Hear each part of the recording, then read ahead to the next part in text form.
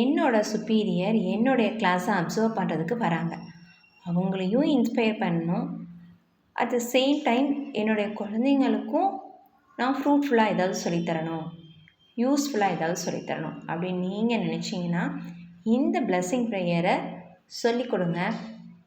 உங்கள் சுப்பீரியர்ஸும் இன்ஸ்பயர் ஆவாங்க, பேரண்ட்ஸும் இன்ஸ்பயர் ஆவாங்க. அது மட்டும் இல்லாமல் குழந்தைங்களும் வளரும் போது கேர் அண்ட் கன்சர்னோட, கைண்ட் அண்ட் அஃபெக்ஷனோட வளருவாங்க. ட்ரை பண்ணுறீங்களா? மெத்தடாலஜி என்னன்னு தெரிஞ்சுக்கலாமா? இப்போ 40 மினிட்ஸ் பீரியட் மெத்தடாலஜி தான் இப்போ நம்ம கற்றுக்க போகிறோம்.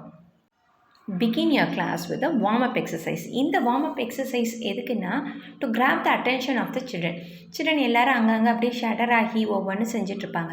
ஸோ அவங்க எல்லாரையும் நம்ம அட்டென்ஷனுக்கு முதல்ல கொண்டு வரணும். அதுதான் பர்பஸ். இந்த வார்ம்-அப் எக்ஸசைஸோட பர்பஸ் அதுதான்.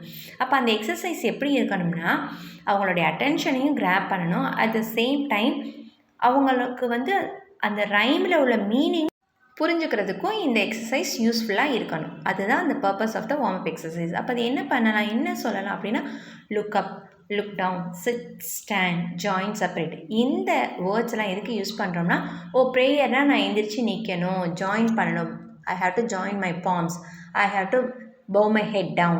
அதை புரிஞ்சுக்கிறதுக்காண்டி தான் இந்த வார்ம்-அப் எக்ஸசைஸ்க்கு இந்த வேர்ட்ஸ் நம்ம யூஸ் பண்ணுறோம்.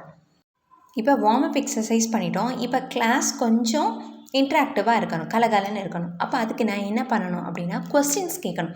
என்ன மாதிரி கொஸ்டின்ஸ்? நீங்கள் எல்லோரும் ப்ரேயர் பண்ணுவீங்களா? எப்போ ப்ரேயர் பண்ணுவீங்க? ஏன் ப்ரேயர் பண்ணுவீங்க? யாருக்கெல்லாம் ப்ரேயர் பண்ணுவீங்க அப்படின்னு ஒவ்வொரு குழந்தையாக கேளுங்க.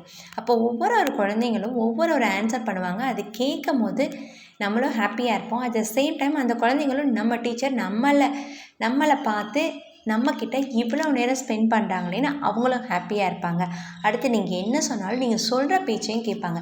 குழந்தைங்க எப்போ நம்ம சொல்கிற பேச்சை கேட்பாங்கன்னா when we spend time with them, அவங்களுக்காக நம்ம நேரம் ஒதுக்கும் போதும், when we look at their eyes, அவங்களுடைய கண்ணை பார்த்து பேசும்போதும் தான் அவங்க நம்ம சொல்கிற பேச்சை கேட்டு பழகுவாங்க. இப்போ ஃபஸ்ட்டு ஏன் ப்ரேயர் பண்ணணும் சொல்லிட்டோம். இப்போ எப்படி ப்ரேயர் பண்ணுற ரீசன் சொல்லணும் செகண்ட். இப்போ எப்படி ப்ரேயர் பண்ணணும்? ப்ரேயர் மிஸ்ஸு சொன்னாங்கன்னா you have to stand straight, you have to bow your head down, you have to join the palms, close the eyes and think of your favorite god. Favorite godனா உனக்கு எந்த God ரொம்ப பிடிக்குமோ அவங்கள நினச்சிட்டு ஹாப்பியாக join பண்ணி இந்த ப்ரேயரை சொல்லுங்கள் அப்படின்னு சொல்லி கொடுக்கணும். இதுதான் how they have to stand for the prayer. Next நம்ம ரைமை டீச் பண்ணலாம். இந்த ரைமை டீச் பண்ணுறதுக்கு முன்னாடி குழந்தைங்களுக்கு மீனிங் சொல்லி கொடுத்துட்டோம்னா அது ரொம்பவே யூஸ்ஃபுல்லாக இருக்கும். மீனிங் சொல்லி கொடுத்துட்டு ரைமை டீச் பண்ணுங்கள். அப்போ அவங்க ஈஸியாக அந்த ரைமை கேப்சர் பண்ணிடுவாங்க. இது என்ன மீனிங் அப்படின்னா நம்ம எல்லோரும் இந்த உலகத்தில் ஹாப்பியாக இருக்கிறதுக்கு நம்ம பேரண்ட்ஸு மட்டும் இல்லாமல் நிறைய பேர் உதவி பண்ணுறாங்க. ஸோ அந்த உதவி பண்ணுற எல்லோரும் ஹாப்பியாக இருக்கணும் அப்படின்றதுக்காண்டி தான் இந்த ப்ரேயர். இந்த ப்ரேயரை நீ சொன்னேன்னா உடனே ஏஞ்சலும் காடும் ரொம்ப ஹாப்பியாகி இந்த குழந்தை யார் அதுக்காக மட்டும் ப்ரேயர் பண்ணாமல் அவங்களுடைய ஃபேமிலி, ஃப்ரெண்ட்ஸு, ரிலேட்டிவ்ஸ் அதுவும் இந்த உலகத்துக்காண்டியே ப்ரேயர் பண்ணுறாங்களே அப்படின்னு ஹாப்பியாக இருப்பாங்க.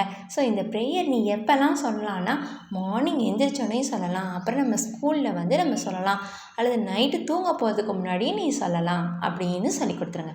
இப்போ ஃபஸ்ட்டு டைம் நீங்கள் எல்கேஜி சைல்டுக்கு சொல்லி கொடுக்குறீங்கன்னா ஃபஸ்ட்டு லைன் மட்டும் டீச் பண்ணுங்கள். ஏன்னா அவங்க they are new to the environment. Suppose நீங்கள் யூகேஜிக்கு அப்படின்னா ஃபஸ்ட்டு 2 லைன் சொல்லித்தரலாம்.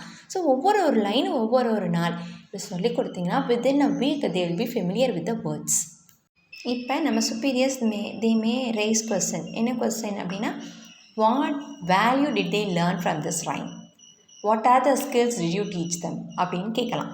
அப்போ வேல்யூ என்ன டீச் பண்ணோம் அப்படின்னா pray for others, we depend on the world, so we have to pray for everyone அப்படின்ற வேல்யூ. ப்ரே ஃபார் அதர்ஸ் இதுதான் value. என்ன skill அப்படின்னா reading skill, listening skill and reciting skill. Reading skill என்ன அப்படின்னா flash cards, my, pray, God bless, family, இந்த 5 words மட்டும் teach பண்ணுங்கள். இதை டீச் பண்ணும்போது don't say the name of the letters as well as the sound of the letters. They have to look at the words and they have to read by sight.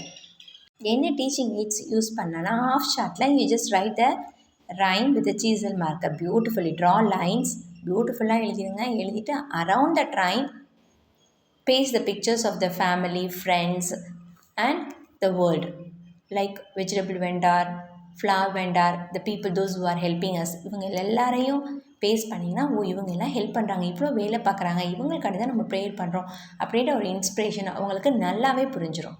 Try பண்ணி பாருங்கள். அப்புறம் you can see the change in the child.